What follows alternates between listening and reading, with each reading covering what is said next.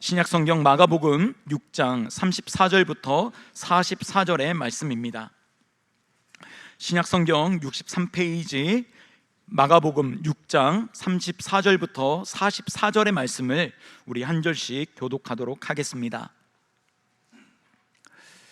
예수께서 나오사 큰 무리를 보시고 그 목자 없는 양 같음으로 인하여 불쌍히 여기사 이에 여러 가지로 가르치시더라.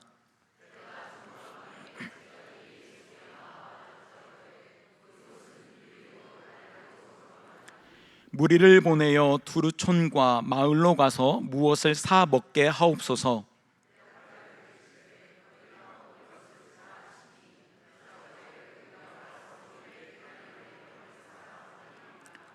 이르시되 너희에게 떡 몇 개가 있는지 가서 보라 하시니 알아보고 이르되 떡 5개와 물고기 2마리가 있더이다 하거늘.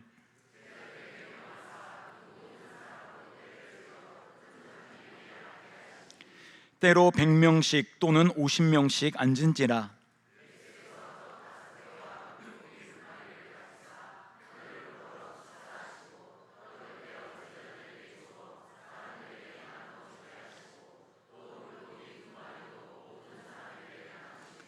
다 배불리 먹고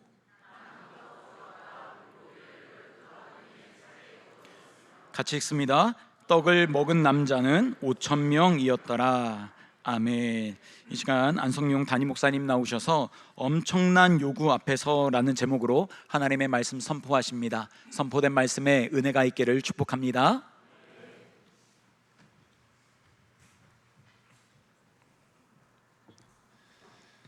반갑습니다. 예수님을 알게 하는 목자 안성용입니다. 오늘은 룻기 강해를 잠시 멈추고 하나님께서 제 마음에 주신 은혜를 마가복음에 나타난 오병이어 사건으로 한번 나눠보려고 합니다.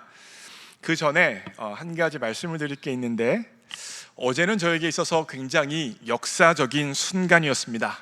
어떤 역사적인 순간이었냐? 파워포인트 보여주세요.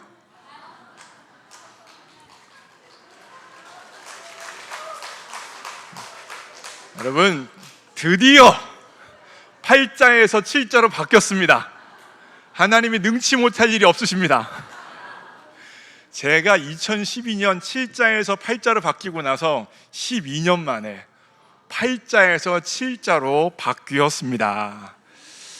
제가 요즘에 살이 빠지고 있으니까 특별히 우리 교회 권사님들이 저를 보실 때마다 목사님 너무 빠졌어요, 너무 빠졌어, 큰일 나요 그러면서 그만 살 빼라고 말씀을 하세요. 그런데 여러분, 제가 20대 후반 30대 초반 때 한 75kg에서 72kg 사이였거든요. 그때도 건강했어요. 그때도 괜찮았습니다. 사진 한번 보여주세요. 저 때가 이제 72kg에서 75kg 사이, 이때예요. 그래서 왼쪽일 때는 이제 전도사 시절입니다. 20대 후반, 한 29쯤 됐던 것 같고, 오른쪽은 이제 30대 초반 사진인데, 왼쪽의 사진은 이제 전도사, 중고등부 전도사 할 때 이제 예수님과 일촌맺기라는 행사를 하면서 애들이랑 좀 친밀하게 다가가려고 파란색 추리닝에 청바지 입고 제가 설교하던 사진을 그때 한번 찍었던 거예요. 네, 잘생겼나? 죄송합니다. 그래서 저 때도 괜찮았어요. 저 때도 건강했습니다. 그래서 저 때로 가는 거니까 여러분들 너무 걱정하지 마세요. 아셨죠? 안 죽습니다. 살 빠져도. 물론 또 관리를 하기 위해서 여전히 매일 저녁마다 팩을 하고 있습니다. 그래서 쭈글쭈글해지지 않을 거니까 여러분들 걱정하지 마시고, 건강해서 건강한 육체를 가지고 하나님과 교회와 복음을 더 잘 섬기도록 할 테니까요, 응원해 주셨으면 좋겠고, 가능하시면 저 신방 가도 먹을 거 많이 먹으라고 요청하지 마시고, 말씀드렸죠? 뭐 주셔야 된다고? 당근, 오이, 브로콜리 주셔야 된다고.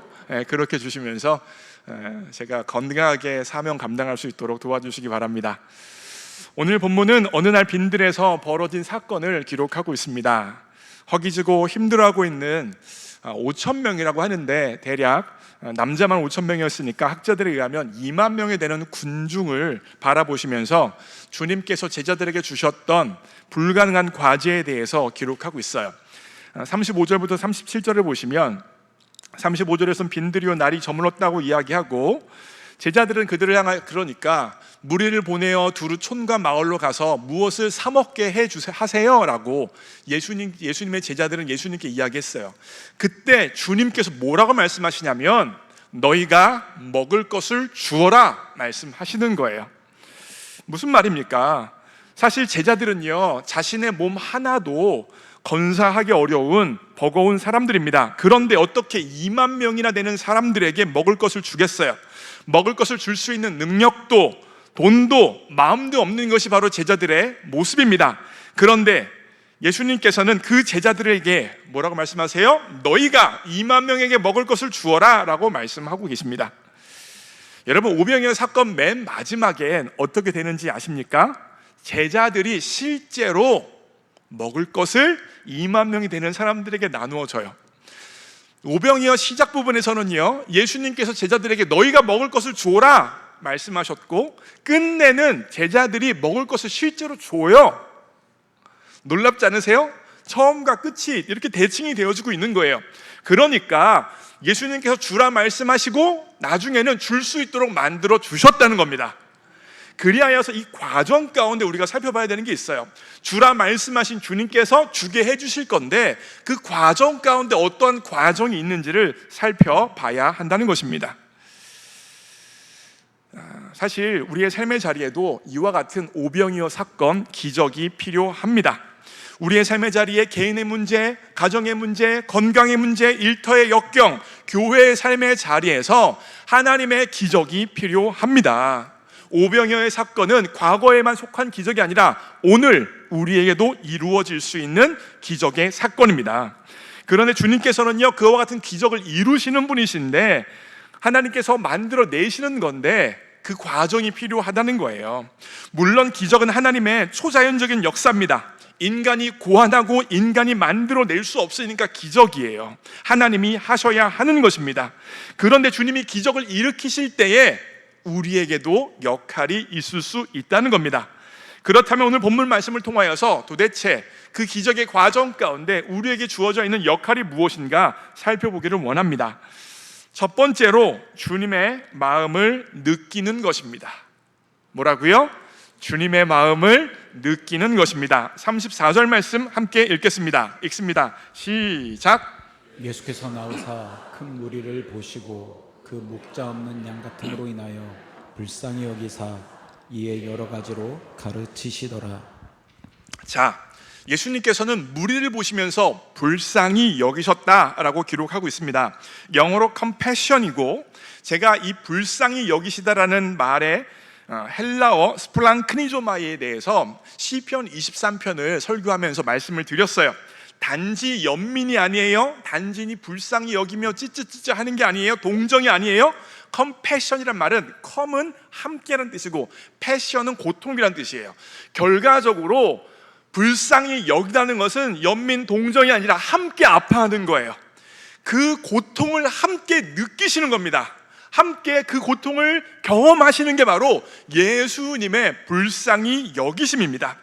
예수님께서는 무리를 향하여서 불쌍히 여기셨어요.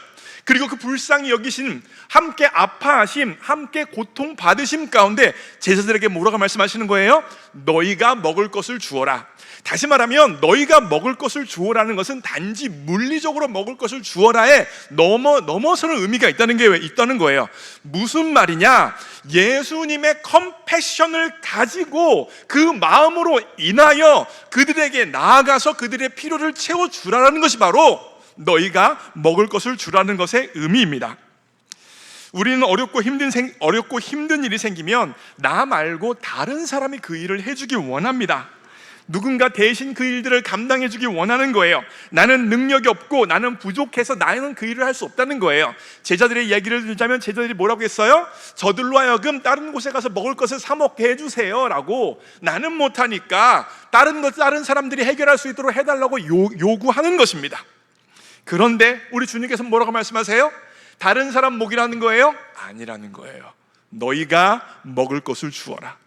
내 마음, 그들을 불쌍히 여기고 그들을 긍휼히 여기는 마음을 가지고 너희가 할 수 있는 것들을 하여 나가라는 것입니다.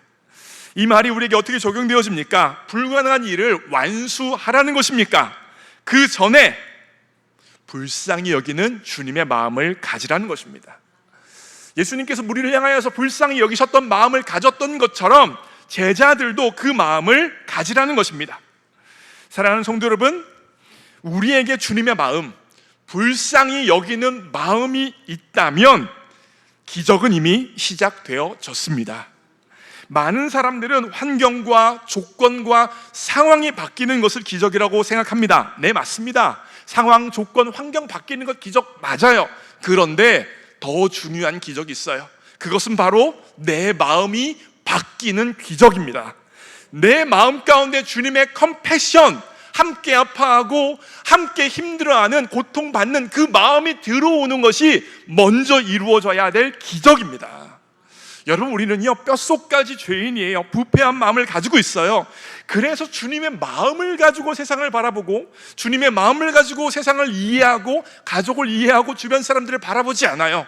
내 죄성과 내 중심성으로 모든 것들을 바라보면서 내 생각 가지고 판단하고 정죄하고 심판해 가는 것이 바로 우리 죄인된 마음의 기본 뿌리입니다. 그런데 기적의 시작이 뭐라고요? 그랬던 우리가 주님의 마음을 갖는 것입니다. 주님의 마음이 들어오는 것입니다. 주님의 생각이 들어오는 것입니다. 그것이 바로 기적의 시작이고, 이것을 시작으로 해서 주님께서는 기적을 이루어내십니다. 지난 금요일에요, 제가 우리 교회 금요예배를 드리지 않고 강남중앙 침례교회에 가서 금요예배를 드렸어요.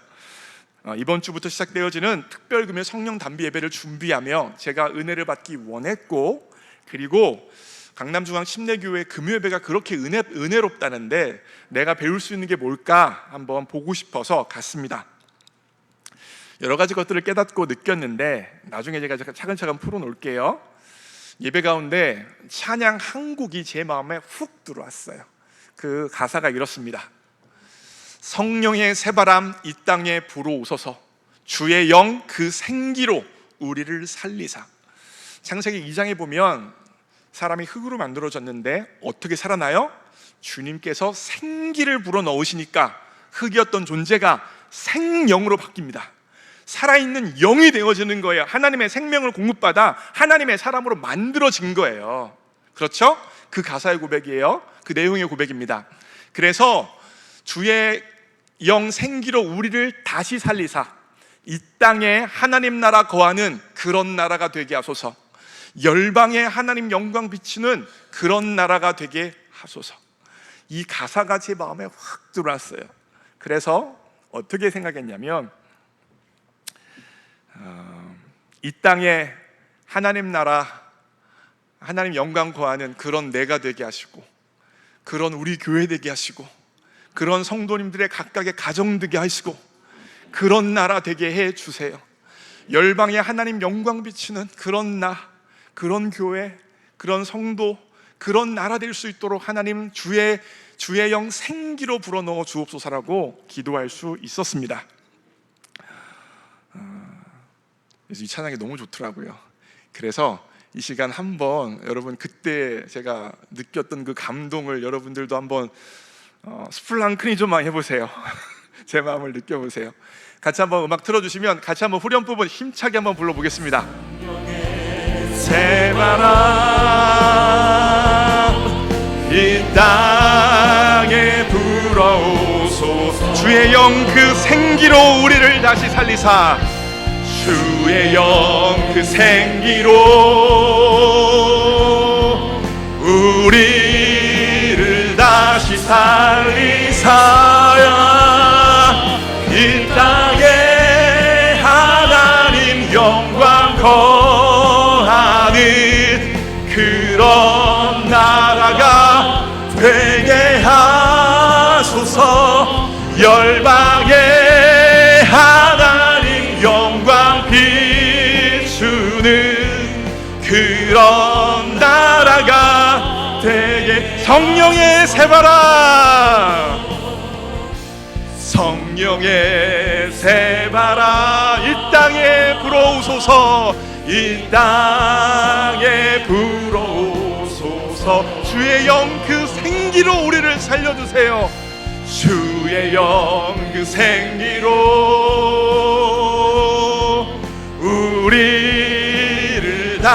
살리사 이 땅에 하나님 영광 거하는 그런 나라가 되게 하소서. 열방에 하나님 영광 비추는 그런 나라가 마지막으로 찬양합니다. 성령의 새바라, 성령의 새바라 이 땅에 불어오소서. 이 땅에 불어오소서. 주의 영 그 생기로, 주의 영 그 생기로 우리를 다시 살리사 이 땅에 하나님 영광 거하는 그런 나라가 되게 하소서. 열방에 하나님 영광 비추는 그런 나라가 되게 하소서. 사랑하는 성도 여러분, 1년간 제 설교를 들으셔서 아시겠지만 제 기본적인 가치가 있어요. 그것은 무엇이냐면 한마디로 나나 잘하자예요. 뭐라고요? 자, 옆에 사람을 쳐다보면서 고백합니다. 나나 잘하겠습니다. 나나 잘하겠습니다. 이게 제가 가지고 있는 기본적인 가치예요. 기본적인 마음이에요. 여러분들 다 그러시겠지만 저도 어려워하는 영역 중에 하나가 뭐냐면 불평, 불만 많은 분들 어려워합니다. 부정적인 분들 어려워합니다. 왜 그러냐면 문제를 바깥에서만 찾고 있기 때문에 그렇습니다. 그럼 답답해요. 이유는 간단합니다. 어려워하는 이유는 내가 잘하면 모든 게 바뀔 수 있습니다. 내가 바뀌면 다른 것도 바뀔 수 있어요. 내가 바뀌면 날 중심으로 모든 것이 새로워질 수 있는데 부정적인 사람들은 맨날 남의 탓이에요. 환경 탓이에요. 조건 탓이에요. 조상 탓이에요. 숟가락 타령입니다. 금수저, 은수저, 흙수저. 너무너무 싫어요. 맨날 남의 탓, 조상 탓, 부모 탓. 내가 잘하면, 내가 바뀌면, 내가 새로워지면 나를 중심으로 해서 모든 것이 바뀌고 새로워지는 건데 나는 안 하고 나서 맨날 부모 탓, 조상 탓, 이웃 탓, 환경 탓만 하고 있으니 너무너무 답답하고 너무 어렵습니다.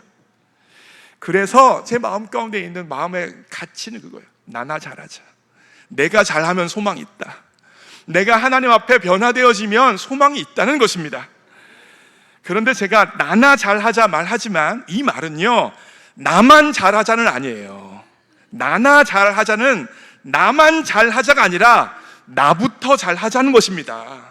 환경 탓, 조상 탓, 사람 탓 하지 말고 나부터 잘하면 모든 것이 바뀌고 새로워진다. 이게 바로 제가 가지고 있는 믿음이에요.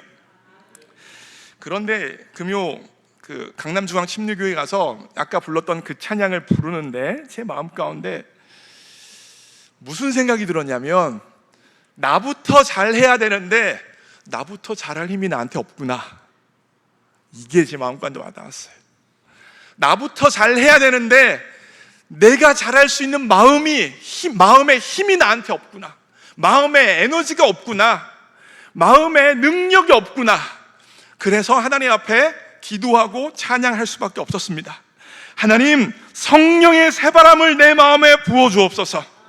주의 영 그 생기로 나를 살려 주옵소서.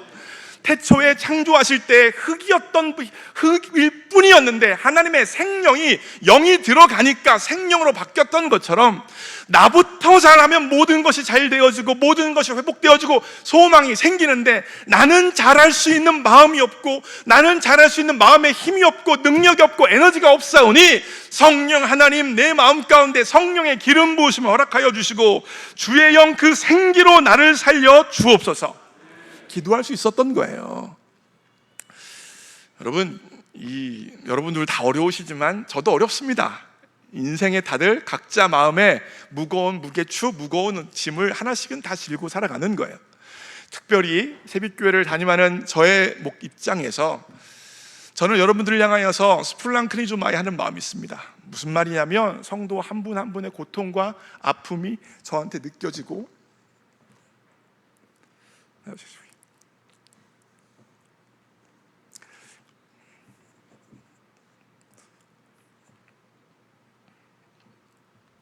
느껴져서 이 아픔을 가지고 어떻게 살아가나, 이 역경 가운데 어떻게 일어서나, 그 성도님들의 처지와 상황을 스플랑크니조마이 하면서 살아가다 보니, 동감하며 살아가다 보니 제 마음도 지치고 어렵고 힘든 순간이 인생 가운데 분명히 있습니다. 그래서 더 다가가서 섬겨야 되는데, 더 다가가서 손을 내밀어야 되는데 하나님 그 힘이 나한테 없습니다. 하나님 그 에너지가 나한테 없습니다. 하나님, 내가 어떻게 이 사람들을 죽게 인도할 수 있겠습니까? 나한테 힘이 없고 능력이 없사오니 성령님께 의탁하고 기도할 수밖에 없는 것이 저의 삶의 모습입니다. 그래서 강남중앙침례교회 가서 이 찬양 부르면서 계속 울면서 기도했습니다. 성령의 새바람 제 마음에 불어주세요. 어떻게 해야 되는지 아는데 그걸 할 수 있는 능력이, 에너지가, 힘이 저한테 없습니다. 주의 영 그 생기로 나를 살리사 이 땅에 하나님 영광 거하는 그런 교회가 되게 해주시고, 이 땅에 하나님 영광 비추는 그런 교회, 그런 나라 되게 역사하여 주옵소서. 하나님 앞에 기도하며 나아갈 수밖에 없었습니다. 사랑하는 성도 여러분, 기적을 원하십니까? 하나님의 역사를 원하십니까? 하나님께서는 새로운 일을, 새로운 기적을 우리 인생과 우리의 가정과 우리의 일터와 교회에서 행하실 수 있으십니다. 그런데 그 출발 지점이 있다는 거예요. 너희가 먹을 것을 주라는 말을 통하여서 주님께서 하시는 말의 의미가 있다는 거예요. 그건 무엇입니까? 그 긍휼한 마음을 가지라는 것입니다. 그 스플랑크니조마이하는 컴패션을 가지라는 거예요. 그 마음만 있다면 기적이 시작되어질 수 있다는 것입니다. 그리하여 기적의 출발점으로 주님의 마음이 우리의 마음 되어지기를 원합니다. 하나님의 눈길이 머무는 곳에 내 눈길이 머물기 원합니다. 하나님의 눈물이 머무는 곳에 내 눈물이 머물기 원합니다. 그런데 우리가 감당할 수 없사오니 성령 하나님, 성령의 바람을 불어주시고 주의 영 그 생기로 우리를 다시 살리사 이 땅에 하나님 영광 거하는 그런 가정, 그런 교회, 그런 나라 될 수 있도록 성령님 일으켜 주옵소서. 성령님 다시 살려 주옵소서. 기도할 수 있는 여러분과 제가 되어지기를 원합니다. 주님의 이 엄청난 요구 앞에서 기적을 경험하기 위하여서 우리는 무엇을 해야 될까요? 두 번째입니다. 우리가 할 수 있는 일을 해야 합니다. 우리가 할 수 있는 일을 해야 돼요. 38절 말씀입니다. 여러분들 읽으시겠습니다. 시작. 너에게 떡 몇 개가 있는지 가서 보라 하시니 알아보고 이르되 떡 5개와 물고기 2마리가 있더이다 하거늘. 오늘 본문 38절에서 주님은 너에게 떡 몇 개가 있느냐 가서 보라라고 말씀하십니다. 제자들에게 가서 알아보라는 거예요. 그리고 떡 5개와 물고기 2마리가 있다고 제자들은 주님께 보고합니다. 여러분 생각해 보세요.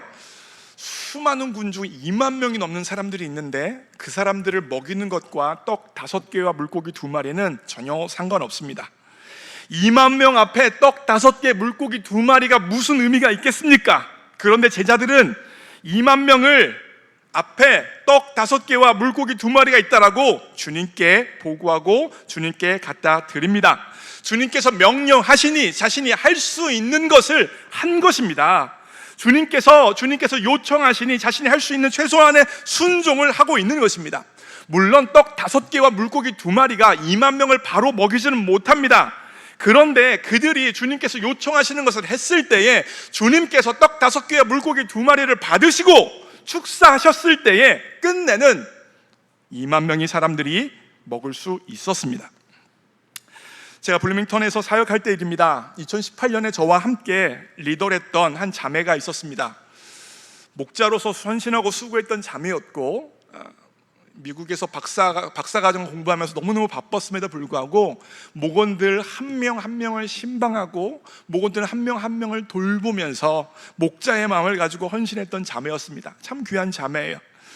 그런데 이 자매가 점점 어느 순간 예배와 공동체의 자리에서 멀어지는 거예요. 예배의 자리에 잘 안 보이게 되어지고 늦게 되어지고 지체들과 교제하지 않는 거예요. 이 친구가 굉장히 똑똑한 친구입니다. 서울대 출신이고 박사과정 공부하는 친구였는데, 똑똑할 뿐만 아니라 굉장히 솔직한 친구예요. 그래서 아닌 건 아니다 항상 말하는 친구인데, 게다가 고양이과라서 제가 가까이 다가가면 저 멀리 가버리는 사람이에요. 그래서 그렇게 하나님 앞에 멀어지고 있다는 거 알면서도 기도만 하면서 기다렸습니다. 그렇게 몇 년을 위하여 기도하다가 더 이상 안 되겠다라는 지점이 찾아왔어요. 그래서 불렀고 그 자매의 이야기를 들었고 영적으로 진단해 줬고, 그리고 붙들고 한 20-30분 통성으로 기도해 줬어요. 제가 붙들고 막 기도했어요, 방언으로. 그렇게 했는데 특별한 일은 없었어요. 꿈쩍 없더라고요. 저는 막 울면서 막 기도하는 데는 꿈쩍 없어요. 그래가지고 아무 일도 없구나. 허탈한 마음으로 그래도 또 기도의 자리에서 그 친구를 위해서 기도했습니다. 그런데 어느 순간 이 친구가 갑자기 예배의 자리에 나오기 시작하더니, 새벽 기도를 나오기 시작하더니 예배 가운데, 말씀 가운데, 찬양 가운데 반응하는 게 보이는 거예요.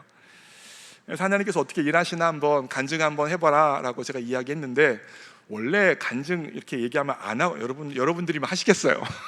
예배 중간에 하라고 하면 안 하거든요. 근데 이 친구가 하겠다는 거예요. 그래서 그때 간증이 있는데 한번 보여주세요. 또한 나 홀로 신앙생활을 잘 유지할 수 있을 거라는 교만한 생각으로 공동체와 섬김의 자리를 가장 먼저 내려놓고 포기하고 말씀과 예배와 찬양을 사모하는 마음마저 무너지기 시작해서 어느새 지각과 예배 스킵이 버릇이 되었습니다. 이런 방황계의 극악을 달리고 있을 때 저는 드디어 발악기를 마주하여 공허감과 우울감, 우울증에 좀 시달리게 되었습니다. 정말 이상하게도 나는 내가 원하는 대로, 원하는 것, 원하는 때에 다 내 마음대로 하면서 삶을 운영을 잘 하면서 살아가고 있는데, 갑자기 문득 하루에도 여러 번 나는 왜 사는가에 대한 생각에 깊게 사로잡히게 되었습니다. 사는 이유가 눈을 씻고 봐도 없는 것 같고 너무 공허하고 외롭고 너무 무기력했습니다. 지금 이렇게 나누기 조금 자극적이지만 이 이유 없는 삶을 그만 종료하고 싶다는 생각도 많이 들었고, 고통 없이 바로 당장 사라질 수 있다면 그 죽음의 버튼을 내가 누르고 싶어졌고, 그렇게 더욱더 깊게 죽음에 대한 묵상이 깊어졌습니다. 근데 정말 웃기게도 이때는 제가 결혼을 준비를 하고 있었을 때고, 결혼을 한 지 반년도 채 안 됐던 시기입니다. 그러니까 누가 뭐래도 되게 행복하기만 해야 할 그런 신혼기에 결혼은 하고 내 할 것은 하면서 살아가지만 삶의 이유를 잃어서 되게 공허함을 느끼고 죽음을 묵상하는 그런 꼴이 되어버렸습니다. 그래서 교회에 나가면 은혜에 넘쳐 항상 웃고 다니는 얼굴들이 지금 내 영혼과 마음의 상태가 너무 대조돼서 보기가 힘들었고, 보기가 싫어졌고, 말을 나누기도 싫었고, 인사를 하기조차도 싫었습니다. 그리고 저는 굉장히 솔직한 사람이고 거짓된 것을 싫어하는 사람이라 예배 시간 중에 찬양조차도 부를 수가 없었습니다. 왜냐하면 그 찬양의 가사와 고백이 제 마음에서 100% 우러나오는 것이 아니었기 때문입니다. 그래서 찬양의 순서는 스킵을 하거나 아니면 입을 꼭 다물고 서 있거나 그랬었습니다. 그렇게 가만히 다른 성도님들이 하나님을 크고 우렁차게 찬양하는 소리를 들으면 또 저들의 삶의 이유가 저렇게 있고 매달릴 대상도 분명하고 찬양의 고백도 나오는데 나는 왜 없지라는 그런 대조되는 모습에 더더욱 약간 눈물이 났고, 마침내 이 교회의 큰 이질감을 경험하게 되었습니다. 그래서 이곳은 내가 나올 곳이 아니다, 내가 있을 곳이 아닌 것 같다, 그런 생각들이 조금 많이 들었습니다. 그래도 하나님이 없다고 믿는 사람은 아닌데, 그렇게 믿겨지지는 않는데 삶의 이유는 없고 교회 큰 이질감을 느끼는 이 혼란의 시기에 저는 스스로 더더욱 철벽을 치고 동굴 안에서 혼자 고립시켜서 살았습니다. 그런데 목사님께서 연락이 왔습니다. 근데 이 시기에는 정말 목사님이라도 별로 만나고 싶지 않고 말하고 싶지 않고 하시는 말씀도 듣고 싶지 않은데 근데 정말 갈등하면서 목사님을 찾아갔습니다. 근데 목사님은 제게 한번 어디까지 가나 보려고 그냥 풀어놓으셨는데 이제는 제가 너무 멀리 가서 목사님의 시야에서 더 이상 보이지 않는다라고 말씀을 하셨고 저는 솔직한 나눔 끝에 목사님께서 저에게 죄의 꽃을 피웠다라는 말씀을 하셨어요. 그래도 그런 혼란 와중에도 교회를 계속 나가려는 마음은 있었고 이런 마음으로 왔는데 갑자기 저한테 성령의 열매가 아니라 죄의 열매를 피웠다라는 말씀을 듣고 조금 저를 더 되돌아보는 시기가 좀 됐던 것 같아요. 그리고 목사님은 저에게 가장 최악의 위기라고 생각하는 이때가 바로 하나님의 콜링의 때가 아닐까라고 말씀을 주셨습니다. 지금도 항상 하나님, 예수님 나와 함께 계신다고 하시는데 저는 그때 전혀 공감도 이해도 되지 않았지만 정말 1g의 소망과 간절함으로 그리고 혹시 여태까지 내가 쳐놨던 그 내 문 앞에 예수님이 서 계시다면 그리고 계셨다면 내가 지금 이러고 있을 게 아니라 조금 나아가서 문을 열어드리러 가야겠구나라는 깨달음이 그날의 기도 가운데 저에게 오게 되었습니다. 그때부터 저는 하나님의 콜링에 꽂혀서 이리저리 두리번 거리는 와중에 정말 사소한 것 하나하나 일상에서 저게 하나님이 나를 부르시는 뜻인가?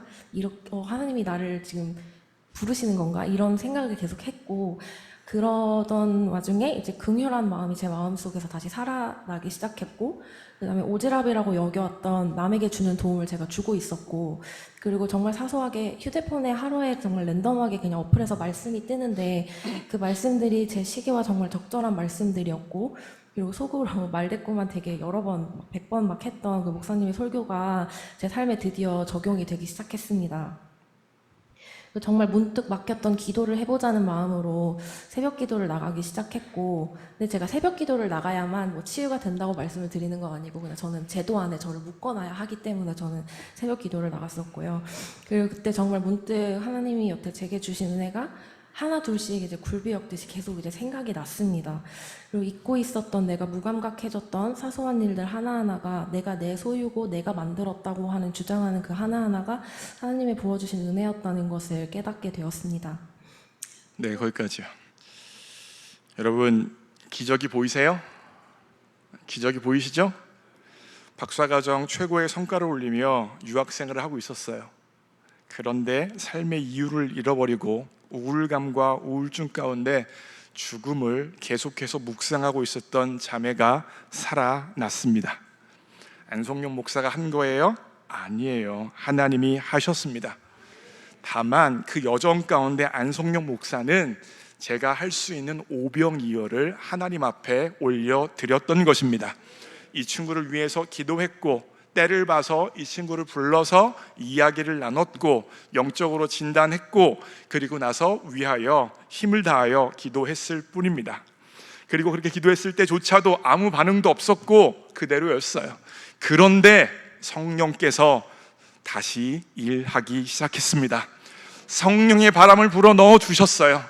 그 영 생기로 다시 이 자매를 살게 만들어 주셨습니다. 그렇게 죽음만 묵상하며 자신의 삶을 의미 없게 여기며 살아갔던 그 자매가 내 앞에 하나님이 계시고 그 하나님이 일하고 계시고 그 하나님이 자신을 부르신다는 사실을 느끼게 되어졌어요. 뭐가 바뀌었습니까? 뭐가 바뀌었어요? 환경과 상황과 조건과 다른 것들이 바뀌었습니까? 아닙니다. 마음이 바뀐 거예요. 마음이 바뀌어서 하나님 앞에 마음이 활짝 열려서 하나님 앞에 나아갈 수 있는 마음이 되어졌고 성령 하나님에 의하여서 그 마음이 살아나니 인생 전체가 살아났던 것입니다. 제가 한 게 아니라 저는 오병이어를 드렸을 뿐인데 그 오병이어를 통하여서 하나님께서 역사하셨습니다. 우리는요 너무 큰 것만 바라봅니다.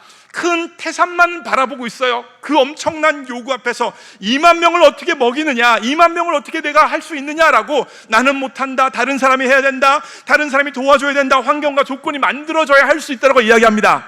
그런데 그 순간에도 우리 주님께서 우리에게 말씀하세요. 오병이어를 오늘 갖고 와라 말씀하여 주십니다. 무슨 말이냐면 우리는 태산을 보느라 마음이 빼앗기고 우리의 시선이 빼앗기는데 하나님께서 원하시는 것은 오늘의 오병이어라는 거예요. 오늘 내가 드려야 될 오병이어를 드리다 보면 주님께서 주님의 때와 주님의 방법 가운데 기적을 이루어 주십니다.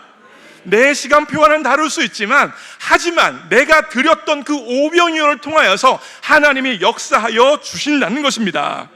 그리하여 여러분과 제가 집중해야 될 것은 무엇입니까? 태산에게 마음 빼앗겨서는 안 됩니다. 2만 명 어떻게 먹여? 내가 지금 하는 최선이 어떠한 좋은 결과도 아름다운 결과도 맺을 수 없을 텐데 왜 의미 없이 떡 5개를 찾으러 돌아다니고 물고기 2마리를 찾으러 돌아다니는 힘을 수고를 다해야 하는 거야? 라고 말하는 것이 아니라 우리의 삶의 자리에서 내가 할 수 있는 오병이요, 적은 것이지만 주님께 올려드리는 삶이 되어져야 한다는 것입니다. 오늘 설교를 마무리해요. 우리의 삶의 자리에 기적이 필요합니다.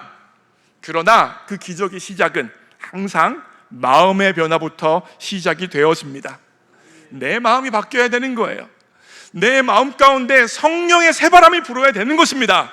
주님께서 생기로 우리의 마음을 다시 살려주셔야 내가 살고 내 가정이 살고 일터가 살고 교회가 살고 이 땅이 살아나는 것입니다. 하나님은요, 이 마음의 변화를 통하여서 새로운 일들을 이뤄내십니다. 그리고 그 마음의 변화 가운데 나의 오병이어를 드리는 그 헌신을 통하여서 주님의 역사, 주님의 기적이 이루어나는 것입니다. 오늘 결단 찬양으로 전능하신 나의 주 하나님이라는 찬양을 할 거예요. 가사가 굉장히 좋습니다. 훌륭합니다. 그런데 오늘 제 마음에 더 깊이 와닿았던 것은 바로 후렴 부분의 가사예요. 뭐예요? 주의 말씀 의지하여 어디에요? 깊은 곳에 금을 던져. 오늘 내가 드려야 될 오병이어를 주님께 드리겠다는 거예요. 내가 오병이어를 지금 드린다고 하더라도 바로 기적이 일어나지 않겠지만, 기적과 상관없어 보이지만 오늘 내가 해야 될 헌신과 섬김과 나눔과 충성을 하겠다는 고백입니다. 이와 같은 믿음의 고백을 가지고 여러분과 제가 하나님 앞에 나아가기를 원합니다. 함께 찬양합니다.